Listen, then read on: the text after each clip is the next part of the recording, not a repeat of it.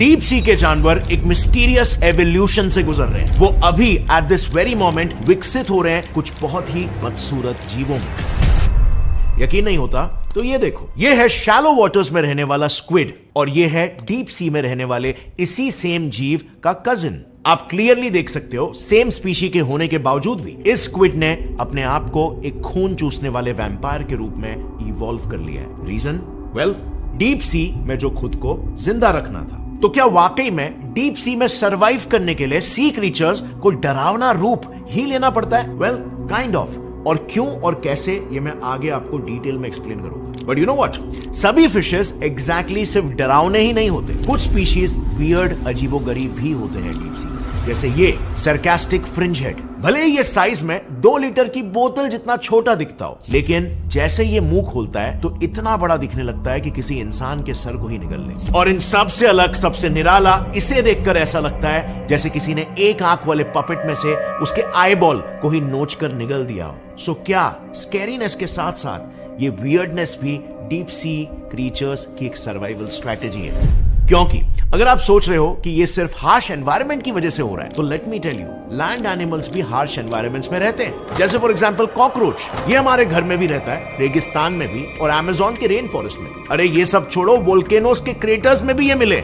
लेकिन इन सभी कॉकरोचेस में ना सिर्फ इनका साइज छोटा बड़ा होते रहता है, इतने ड्रास्टिक चेंजेस इनमें नहीं देखे गए। तो फिर समुद्र में आखिर ऐसी कौन सी खूबी है जो गहराई बढ़ते ही जीवों को एकदम से विभत्स, कुरूप और अजीबोगरीब बनाने लगती है? अब इंटरेस्टिंगली कुछ रिसर्चर्स जब इसका जवाब ढूंढ रहे थे, तब उन्हें गहरे पानी में तैर रहा एक हेडलेस चिकन मिला, जिसने उन्हें इन सभी सवालों के जवाब दे दिए।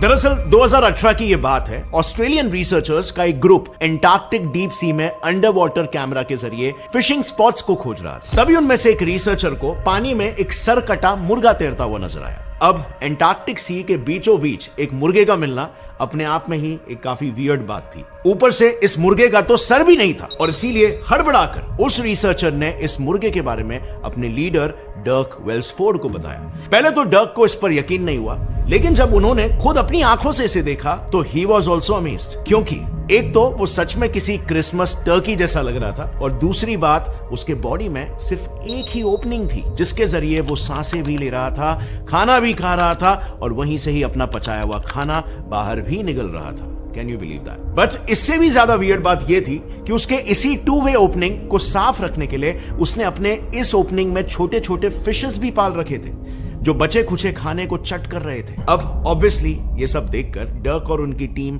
काफी ज्यादा क्यूरियस हो गई, क्योंकि उन्होंने अपने पूरे करियर में